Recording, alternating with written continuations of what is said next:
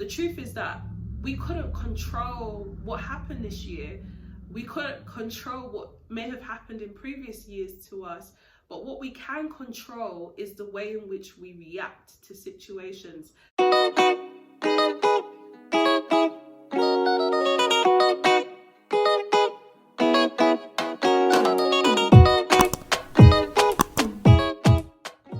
Hi, beautiful people. Happy New Year!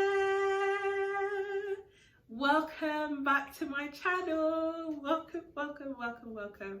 So excited to be in 2021. What a privilege it's been to survive such a difficult year. I just want to say thank you to everybody who has supported me on this YouTube journey and has become part of this YouTube family so far. For everyone who shared, liked, commented, engaged, supported, given me ideas. I see you, I appreciate you. If you're new to the fam, welcome. So happy to have you here.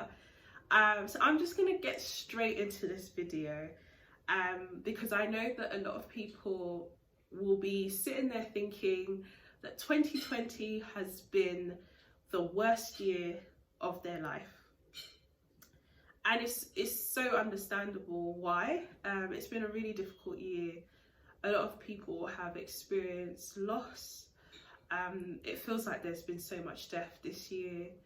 A lot of people have been distanced and separated from their families, from their loved ones. A lot of people have lost jobs. The impacts to the economy, to the lives lost has been felt all around. Everyone's had like heightened sensitivities. It's just been a really difficult year, and it's understandable why so many people will be saying 2020 is the worst year of my life. For me, actually, 2020 has been a year full of ups and downs. I think some of the biggest blessings for me have happened this year, but I know what it feels like to have a year from hell. I would say for me that was 2015. And I remember January 1st, 2016, just weeping my way through watch night service. I literally cried. I literally cried the whole, like good 3-hour service. I cried the whole time. And as the clock struck 12 into New Year, I was still crying. I felt super depressed, dejected, lost, like my life had no meaning. So if that's you right now, I totally understand what it feels like to be entering a new year and seeing everybody else excited and having all these aspirations and goals for the new year, setting all these resolutions, but just feeling despair. I understand what it feels like to be in that position, and I'm going to share more about why 2015 was a year from hell for me in my next video. I'll be sharing some more so you get to know me a bit better. But I just wanted to share just a few thoughts,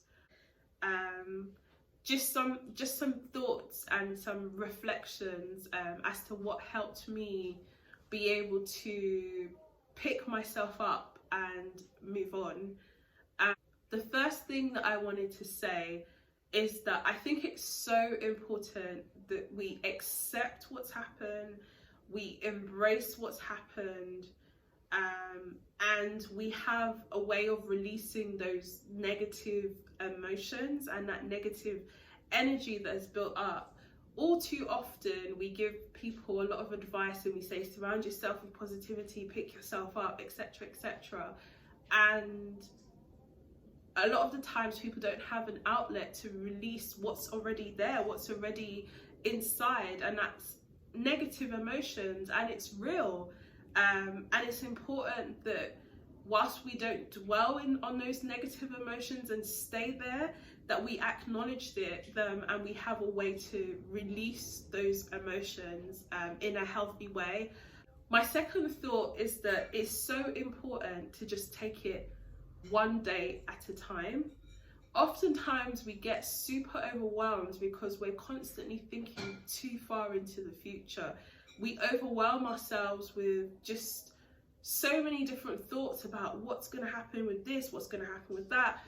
let's rein it back and just take it one day at a time. Let's worry about today's worries, today's problems, today's issues, today's fears, doubts. Let's just deal with today, and tomorrow will take care of itself. So taking it one day at a time helped me so much in a time where I just couldn't afford to think so far into the future, because I would constantly get overwhelmed and overcome with just despair and fear of what the future may hold. So take it one day at a time. My third thought is to look for the lesson.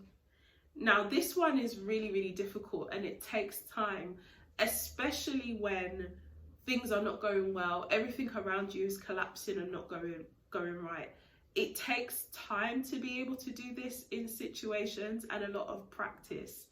But with every situation that happens, good or bad, there is always a lesson. Life is just full of lessons.